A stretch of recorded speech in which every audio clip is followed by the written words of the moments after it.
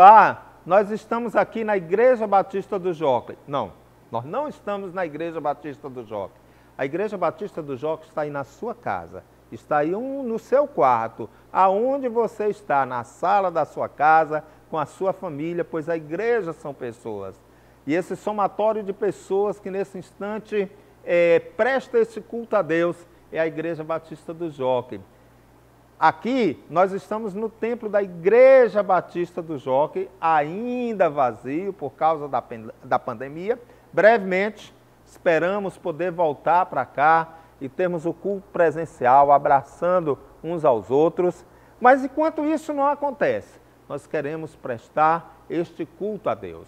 A Bíblia diz assim: rendei graças ao Senhor, prestai culto a Deus, louvai ao Senhor. E nós queremos nesse instante, de onde você está, com quem você estiver, somarmos-nos para a adoração coletiva ao nosso Deus.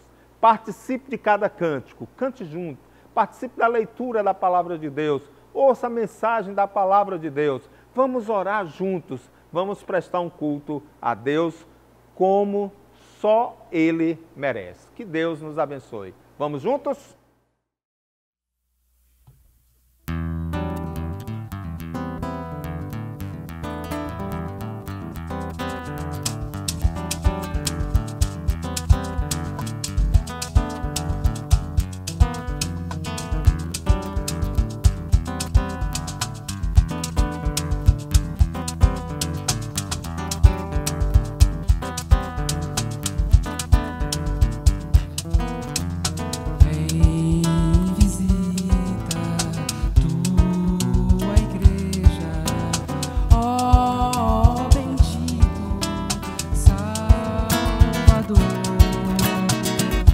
Pois sem tua graça ela murcha ficará sem vigor.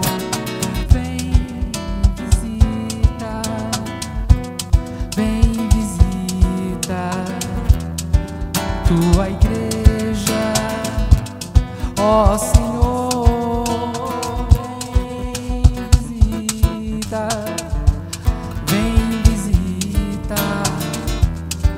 Tua igreja, ó Senhor.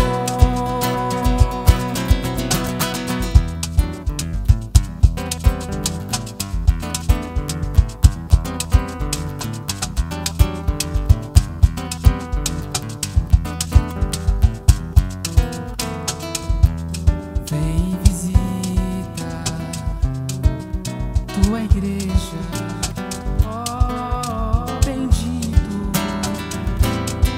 Salvador, pois sem tua graça ela murcha ficará sem vigor. Vivifica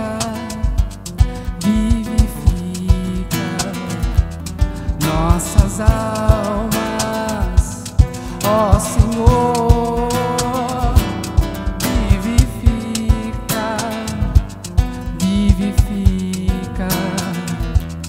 Nossas almas, ó Senhor.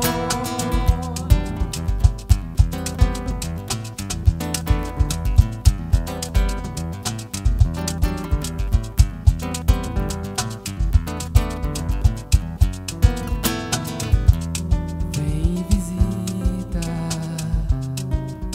tua igreja, ó Salvador, pois sem tua graça ela murcha ficará sem vigor. Vem visita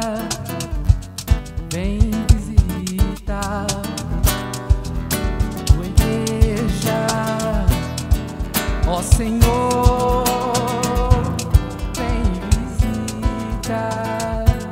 Vem visita tua igreja.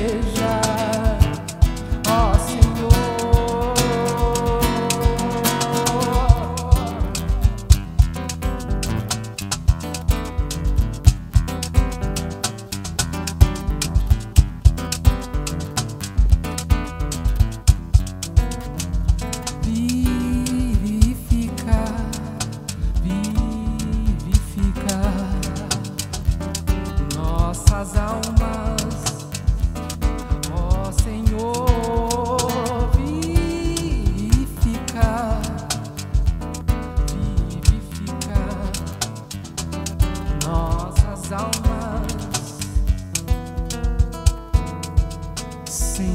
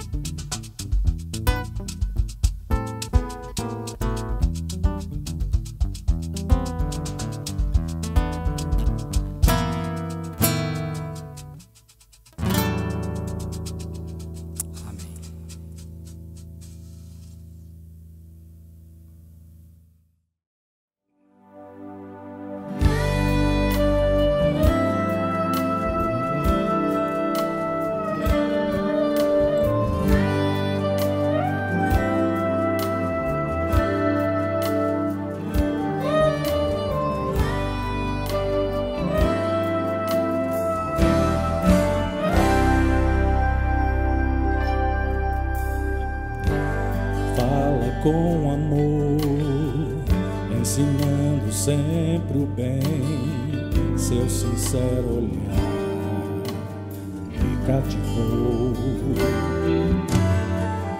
seus gestos meigos transmitem tanta paz aos cansados corações ao seu redor. Ele diz que veio aqui para nos salvar, preparar-nos para um reino de amor. Lá no céu, lugar de paz, eu seguirei.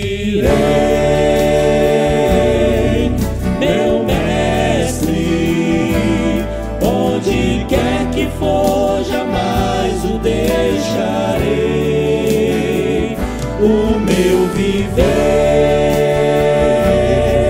se transformou, para sempre seguirei ao meu Senhor. O mar ele acalmou, sobre as águas caminhou, ó quantos milagres ele fez. O caráter de seu Pai a nós se revelou, deu-nos o exemplo a seguir. Meu Jesus, sempre ao seu lado quero estar, os teus passos seguirei até chegar ao céu.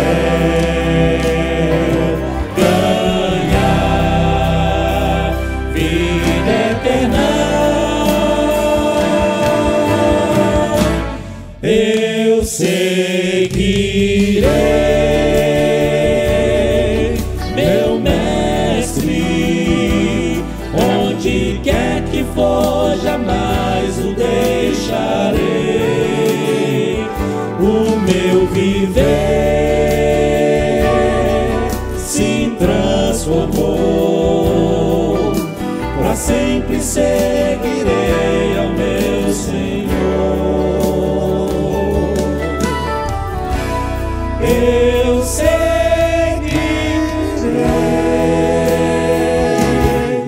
meu mestre, onde quer que for, jamais o deixarei. O meu viver se transformou, para sempre seguirei ao meu Senhor.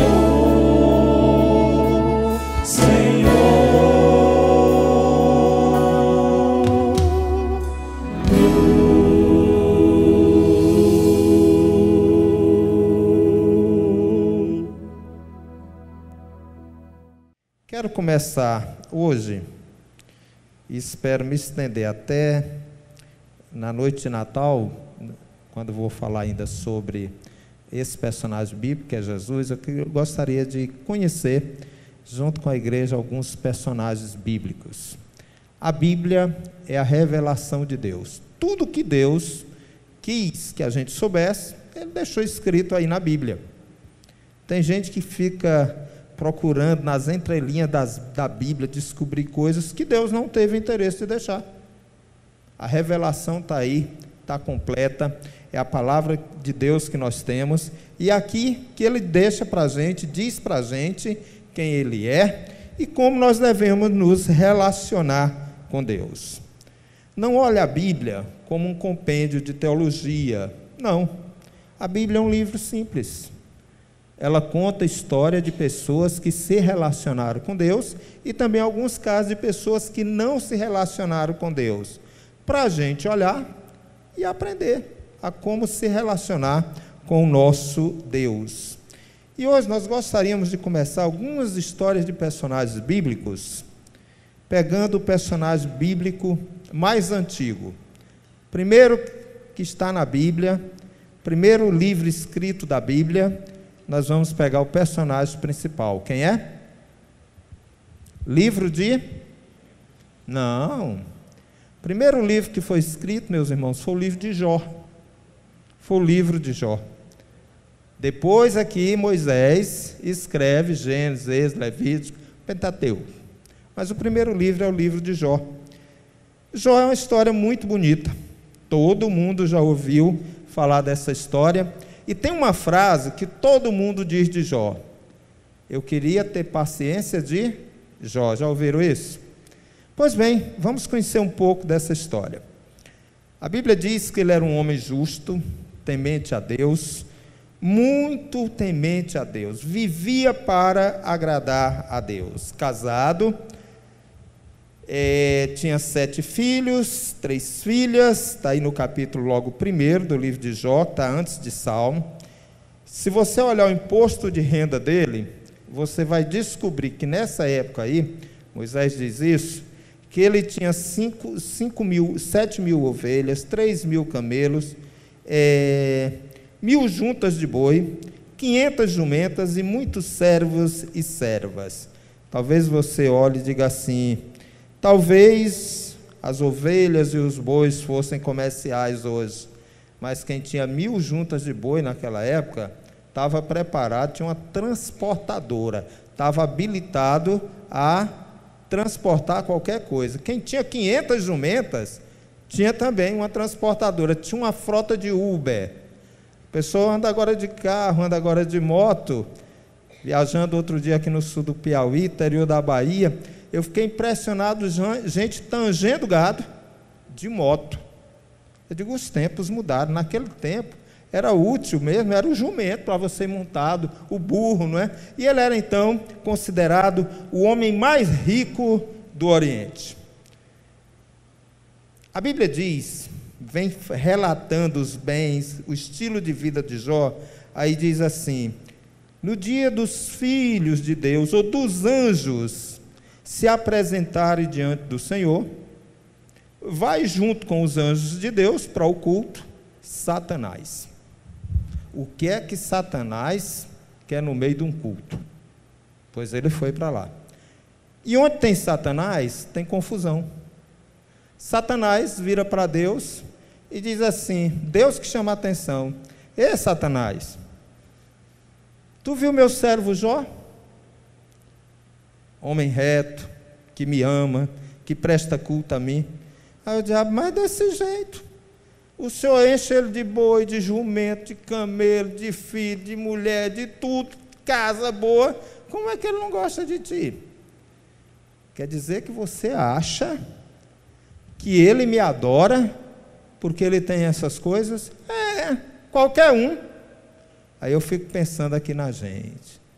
Se eu ganhasse na Mega, aquela Mega aí de 100 e tanto que teve, eu vi gente dizendo: pastor, se eu ganhasse naquela Mega, eu ia ser o melhor crente que o senhor já tinha visto. Esse aí anda assim com o diabo, ó, né? Pensamentos do diabo, né? Aí Deus disse: pois tá bom, se você acha que é isso, tira tudo dele, e você vai ver que ele vai continuar o quê? Fiel a mim. Ora, meus irmãos, o diabo já tenta demais. Sem Deus mandar, imagine com a permissão de Deus. Foi uma tragédia na vida de Jó. Perdeu os 7 filhos homens, perdeu as 3 filhas mulheres, perdeu todos os bois, todos os jumentos, todos os camelos, perdeu tudo, todas as ovelhas, tudo se acabou.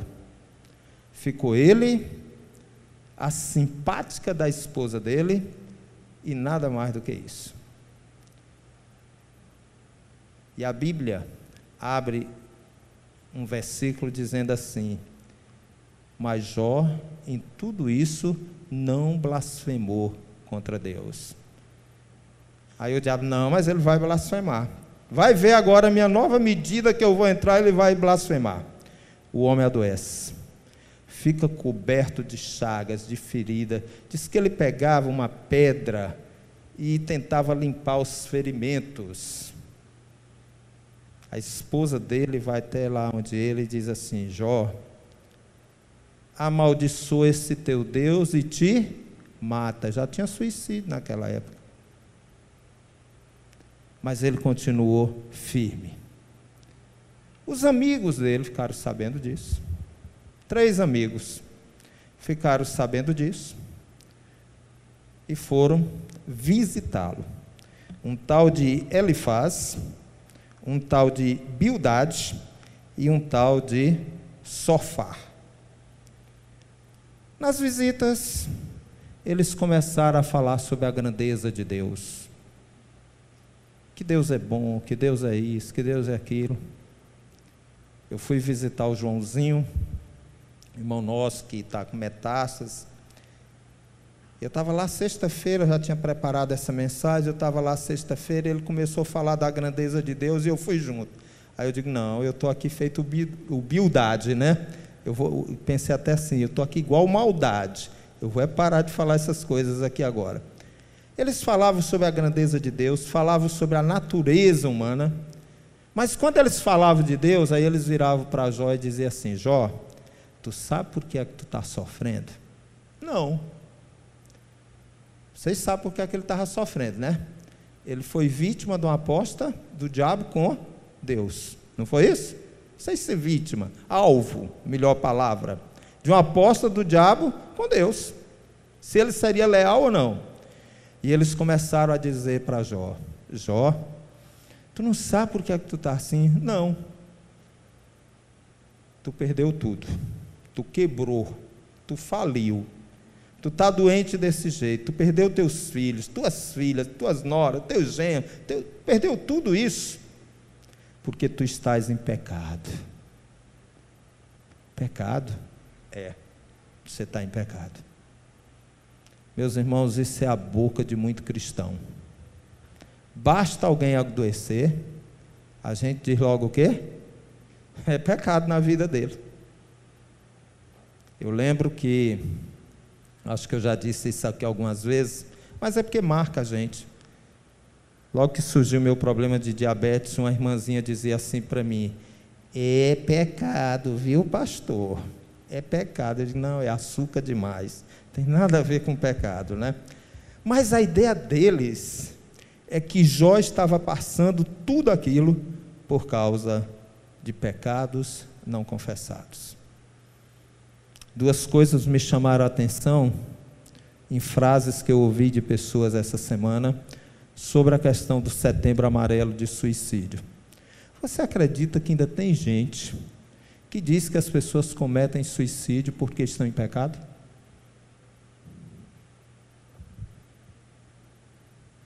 Pior ouvir isso de pastor. Me impressionou muito ouvir isso. Eu digo, meu Deus, eu não acredito no que eu estou ouvindo. A pessoa comete suicídio porque está em pecado. Eu digo, agora deu. Jó ouve tudo aquilo dos amigos e ele decide orar. E lá em oração, já nos últimos capítulos do livro, lá em oração, a Bíblia diz que Deus ouviu a oração de Jó e mudou a sorte dele.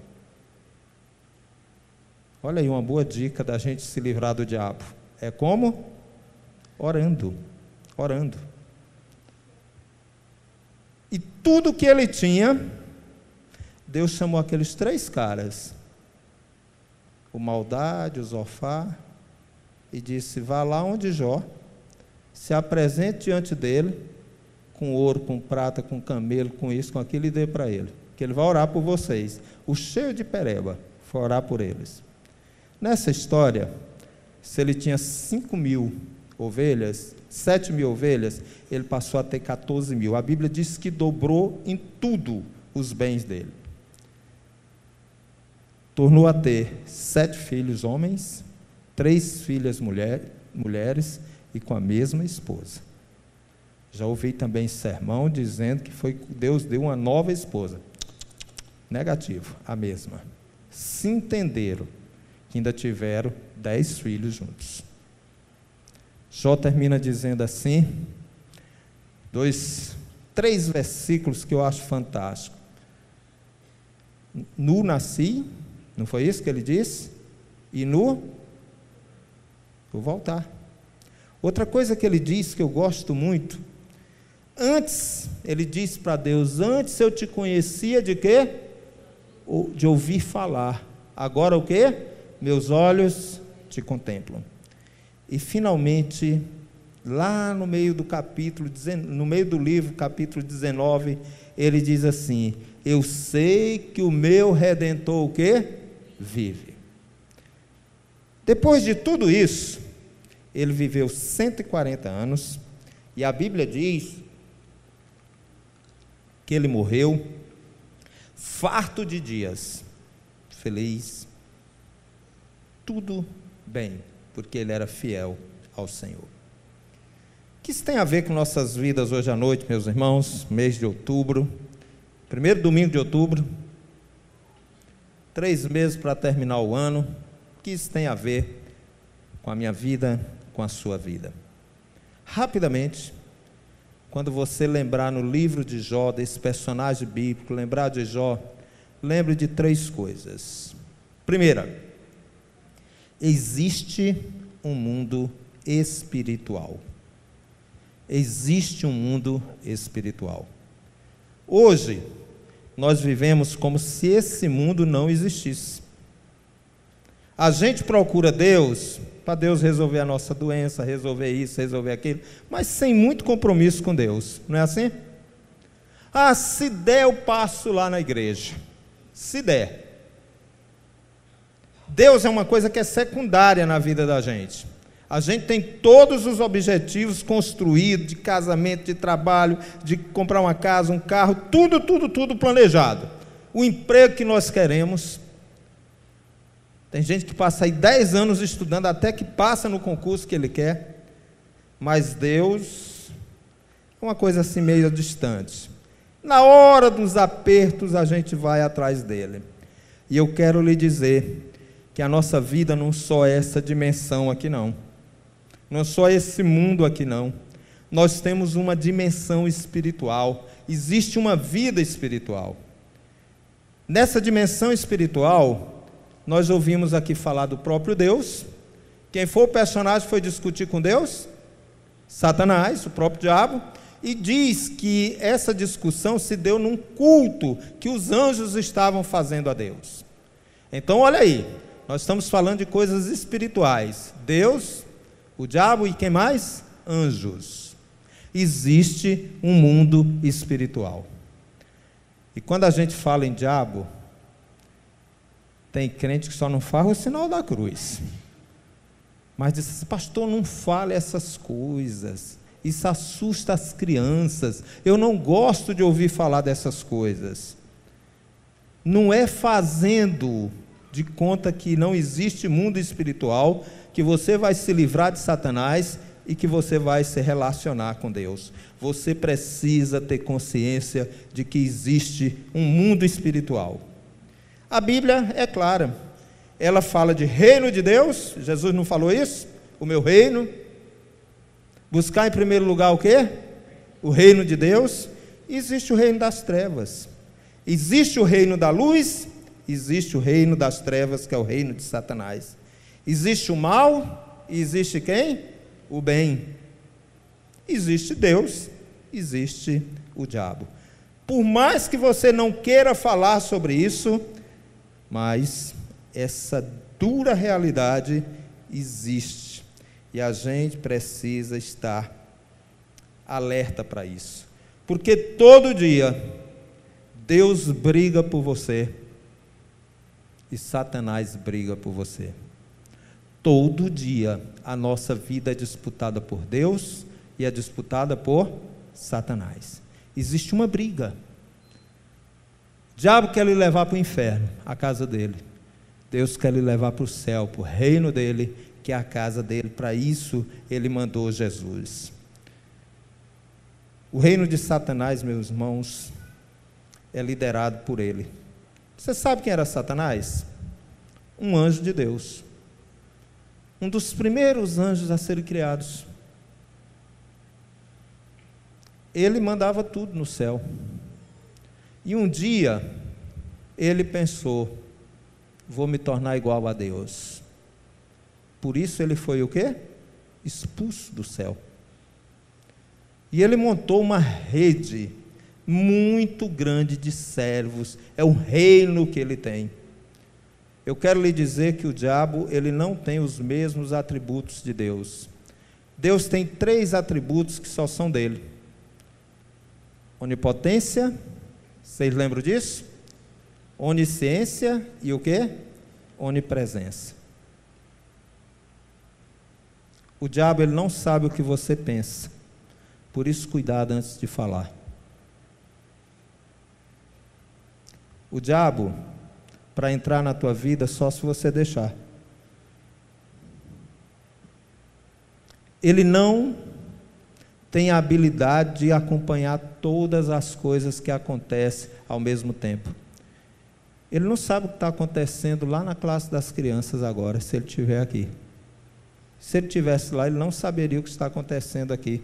Como é que ele faz as coisas funcionarem? Através dos seus demônios.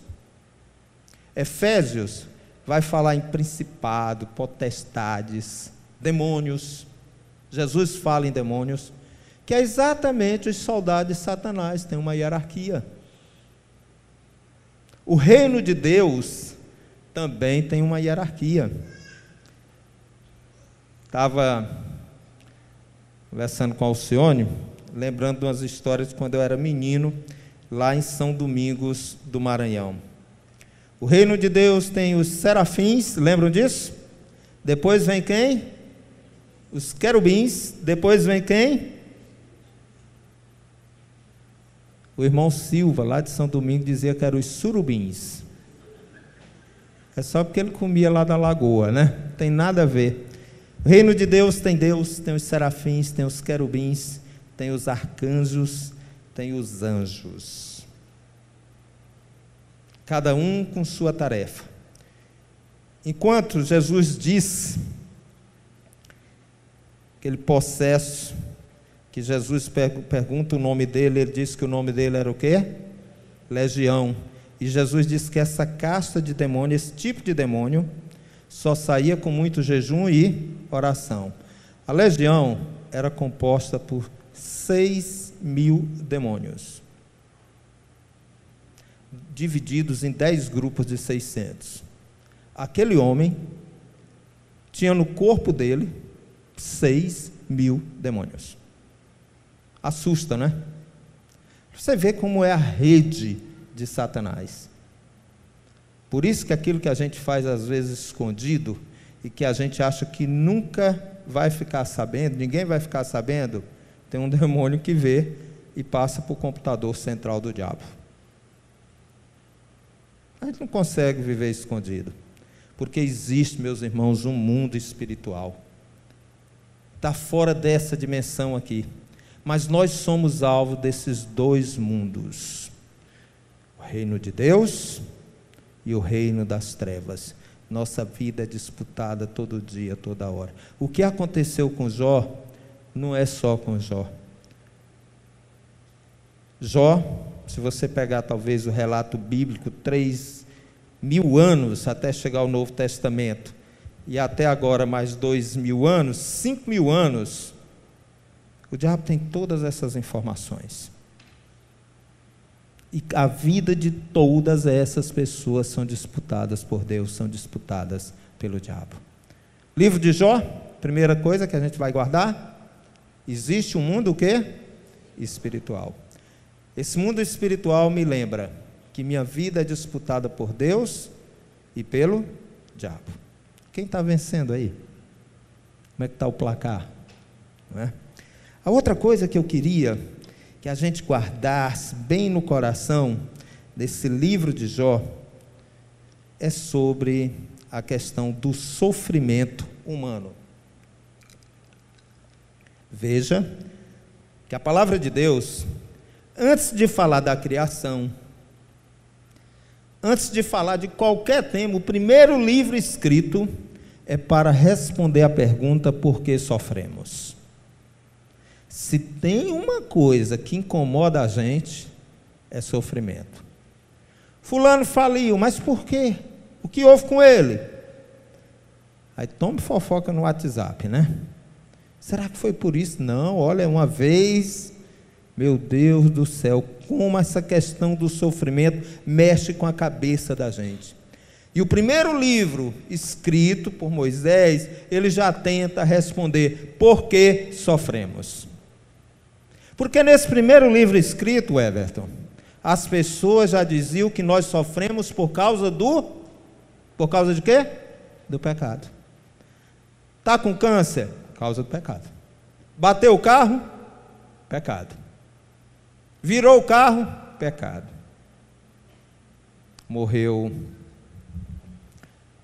aquela família perto de Monsenhor Gil, e batendo uns papozinhos com amigos, disse ali: pastor, ali era pecado. Pecado. Todo sofrimento humano, a gente tenta dizer que a causa é pecado, até um suicídio é pecado. Então, no primeiro livro escrito, já tenta responder isso, porque as pessoas daquela época, o Bildade, o Zofar, aquelas 3 irmãos, amigos de Jó, já achavam que as pessoas sofriam por causa do pecado. Passa o tempo, uns 2000 anos depois, não, 3000 anos depois, 4000 anos depois, está Jesus curando um cego de nascença. Aí os discípulos perguntam para Jesus: Senhor, quem pecou? João 9, quem pecou? Este ou, lembra do texto? Este ou seus pais, para que nascesse cego? Qual era o entendimento que os discípulos tinham do sofrimento humano? As pessoas sofriam por causa do pecado. Aquele rapaz nasceu cego, ou porque ele era pecador, foi concebido em pecado, ou porque os seus pais o quê? Pecaram. No tempo de Jesus, as pessoas pensavam a mesma coisa. E Jesus então responde: nem ele pecou, nem os seus pais. Ele nasceu cego para que a glória de Deus o quê? Fosse revelada, se manifestada. Nem todas as respostas para a pergunta por que sofremos vai ser por causa do pecado. Jó sofreu por quê, meus irmãos? Porque era o quê? Fiel a Deus. E porque isso incomodava o diabo. E o diabo começou a dizer: não, é porque o Senhor dá as coisas para ele, é teu queridinho. Jesus disse: não, esse rapaz aqui está sofrendo para que a glória de Deus se manifeste. Existem outras respostas, que não é só pecado. Nós precisamos entender isso. Por que sofremos? O que eu acho incrível nessa história é que por nenhum instante Jó se revolta com Deus. Jó se rebela com Deus. Minhas empresas faliram, minha transportadora, minhas fazendas, meus filhos morreram. Não. Nada disso. Ele sabe, ele diz assim: sei em quem tenho crido, como Paulo diz. Tenho confiança plena em Deus. Vocês estão enganados, vocês estão dizendo que é por causa de pecado, mas não é por isso não. Jó entendia, meus irmãos, que o sofrimento é para que a glória de Deus se manifestasse através da vida dele. E eu acho que é uma coisa que nós precisamos resolver na nossa cabeça. Por que sofremos? Ninguém quer sofrer. Alexandre, que é dentista, parabéns pelo seu dia, e aos demais. Ele fica lá no consultório dele e o povo lá fora, às vezes chorando, porque está com o dente doendo, né? E diz que ele está demorando, porque ninguém quer sofrer. E nós precisamos entender por que sofremos. Jesus disse que aquele cego estava sofrendo para que a glória de Deus se manifestasse nele. Jó, meus irmãos, sofreu. Por quê? Porque Deus queria que ele entendesse que ele precisava ser fiel a ele, e nisso a glória de Deus iria se manifestar na vida dele. Quando a Elina diz para o marido que está pronta para morrer, que aceita a vontade de Deus, não é porque ela é uma índia semi-analfabeta, porque não conhecia o outro lado da vida, porque viveu na beira de um rio, numa casa de chão, de taipa, que não teve oportunidade, e só tinha isso mesmo, não tinha perspectiva de vida, nada disso. Quando ela diz que está pronta e que aceita a vontade de Deus, é porque ela diz assim: eu quero que Deus seja glorificado através da minha vida. E é por isso que aquele hospital, todo mundo ficou lá. Meu Deus, o que é que essa índia tem? Tem Cristo, tem Deus, tem fé, tem certeza de salvação. Nós precisamos entender que o sofrimento, ele pode ser sim consequência de pecado, mas nem todo sofrimento é por consequência de pecado. Deus permite que a gente sofra, para que a gente mostre que somos fiéis a Ele, e que o nome dEle seja glorificado, seja exaltado em nossas vidas. É interessante que a gente diz assim: Deus nos criou para o louvor da sua glória, não é isso? Quem é você? Eu fui criado para o louvor da glória de Deus. Todo mundo diz isso. Mas basta Deus mandar uma chaguinha, que a gente já pula fora, grita que Deus é esse, que me abandonou, que isso, que aquilo. Meus irmãos, sofremos para que o nome de Deus seja glorificado em nossas vidas. E finalmente,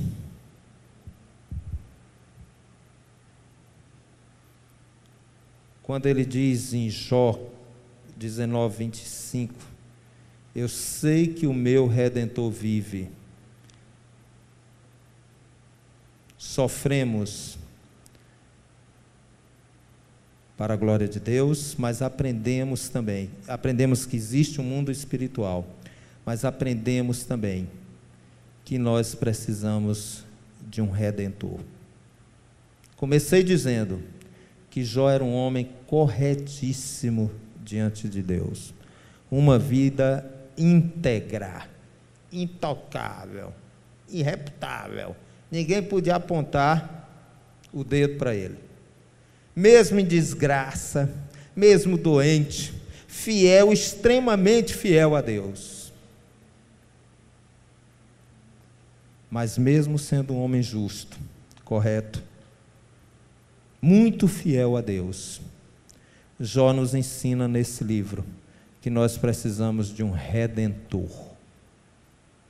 Não é a sua bondade que vai lhe levar para o céu, não é a sua justiça que vai lhe levar para o céu, não é a sua presença em cultos de igreja evangélica, missa, seja o que for, que vai lhe levar para o céu. Não é a quantidade de dinheiro que você tem que vai lhe levar para o céu. Mesmo sendo justo, sendo correto, sendo religioso, mesmo sendo dizimista, mesmo sendo um bom marido, mesmo sendo um bom pai, nós precisamos de o quê? Redentor. Todos nós somos o quê? Pecadores. Só há um mediador entre Deus e os homens. Quem é? Jesus Cristo. Salvação passa pela redenção, o Redentor, que é Cristo Jesus. Não é porque o Joel é pastor que vai para o céu. Ele vai para o céu se ele confessar os pecados, se arrepender e for lavado e remido no sangue de Cristo derramado na cruz do Calvário. Todos nós precisamos de um Redentor. Guarde isso. Outra coisa que nós precisamos e aprendemos com Jó é quando ele diz assim: Deus, eu sempre te conhecia de ouvir falar, mas agora os meus olhos te veem. Todos nós precisamos de uma experiência pessoal com Cristo. Você não vai para o céu porque você é de uma família tradicional, católica, evangélica, nada disso. Isso é conhecer de ouvir falar. Isso é herança. O que nos garante a salvação é quando ele diz assim: agora os meus olhos te veem. É você contemplar Cristo no seu dia a dia. Você ter experiências com o Senhor Jesus Cristo. Você ter prazer em andar com Cristo, de conversar com Ele, de orar, de ler a palavra dEle, de fazer a vontade dEle. É você imitar a Cristo, fazer o que Cristo fazia. Jó, nosso primeiro personagem, primeiro domingo de outubro. Aprendemos 3 coisas. A primeira, existe um mundo. De um lado está quem? Deus. Do outro lado está quem? Satanás. Nossa vida é disputada. A cada minuto, a cada instante, a cada segundo, a cada milímetro. Segunda coisa que nós aprendemos com Jó: por quê? Sofremos. Se sofremos, tudo o que Deus quer é ser glorificado através da nossa vida. Que Ele seja glorificado. Finalmente, aprendemos com Jó que nós precisamos de um Redentor. Por melhor que você seja, sem Jesus não dá. E que nós precisamos ter um relacionamento não de ouvir falar, mas de quê? Contemplar, viver no dia a dia essa experiência com o Senhor Jesus Cristo. Que Deus nos abençoe. Que a gente saiba lidar com esse mundo espiritual. Que a gente saiba lidar com o sofrimento, principalmente nos mantendo fiéis ao Senhor. Que nossa vida já tenha sido lavada e remida no sangue de Cristo. E com esse Cristo, andemos todos os instantes da nossa vida. Que Deus nos abençoe. Amém.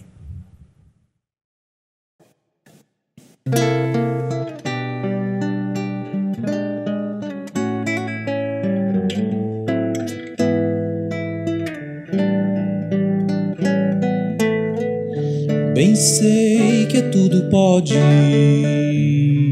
e nenhum dos teus planos podem ser frustrados. Bem sei que tudo podes e nenhum dos teus planos podem ser frustrados. Eu te conhecia só de ouvir, mas agora os meus olhos te veem. Eu te conhecia só de ouvir, mas agora os meus olhos te veem. Mas agora os meus olhos te veem.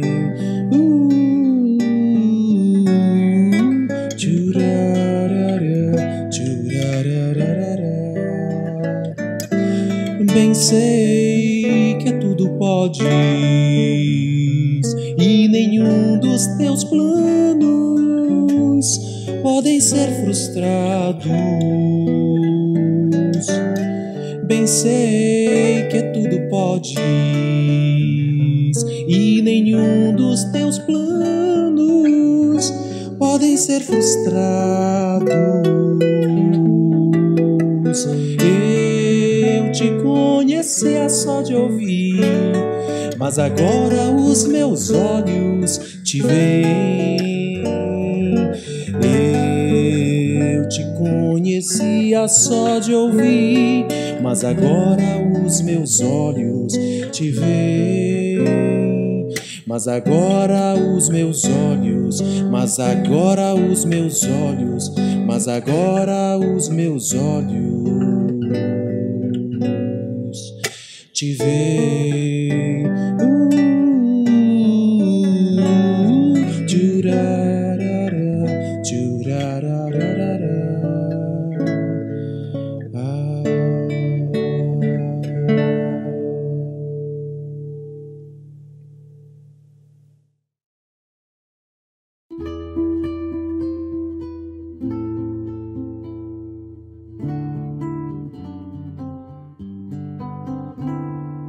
Finda-se este dia que meu Pai me deu, sombras vespertinas cobrem já o céu. Ó Jesus bendito, se comigo estás, eu não temo a noite, vou dormir em paz. Com pecados hoje eu te entristeci, mas perdão te peço por amor de ti. Sou pequeno e frágil, livra-me do mal, que em ti eu tenha proteção final. Guarda o marinheiro no violento mar, e ao que sofre dores queiras confortar. Ao tentado estende tua mão, Senhor, manda ao triste aflito o Consolador.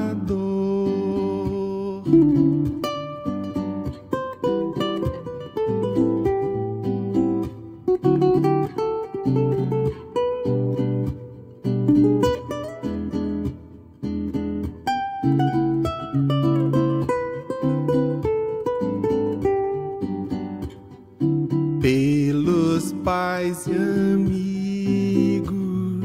pela santa lei, pelo amor divino, graças te darei.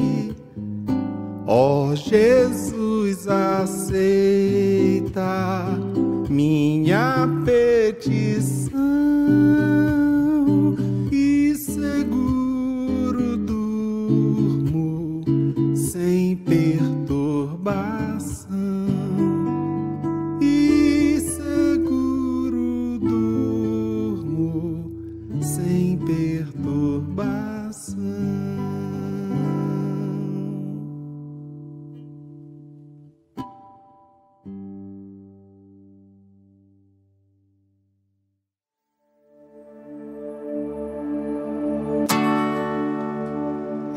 Para você que está enfermo, eu desejo que Deus te cure, Deus te restaure, devolva a tua saúde.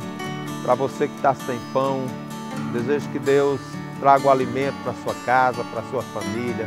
Para você que está triste, abatido, eu desejo que Deus te dê um bom ânimo. Para você que vai trabalhar em hospital, em segurança, em banco, eu desejo que Deus te guarde.